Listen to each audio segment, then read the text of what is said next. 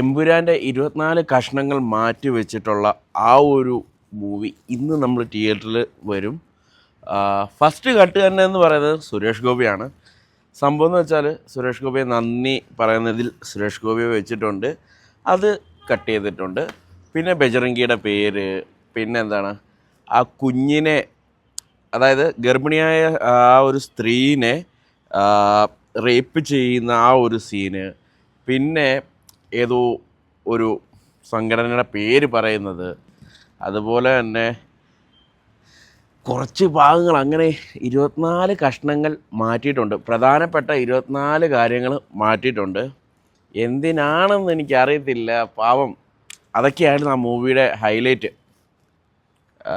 ഞാൻ അന്നേ പറഞ്ഞായിരുന്നു, അതായത് ഞാൻ ഇതിൻ്റെ ഫുൾ വീഡിയോ ഞാൻ പറഞ്ഞായിരുന്നു, എന്താണ് വലിയതായിട്ട് പാർട്ടിക്കാർ ഇതിനെ ഏറ്റെടുക്കും, ഏതെങ്കിലും ഒരു പാർട്ടി ഭയങ്കരമായിട്ട് ഇതിനെ ഏറ്റെടുക്കുമെന്ന്. കാരണം അവർ ചെയ്ത കാര്യങ്ങളൊക്കെയാണ് ഇതിനകത്ത് വന്നേക്കുന്നത്.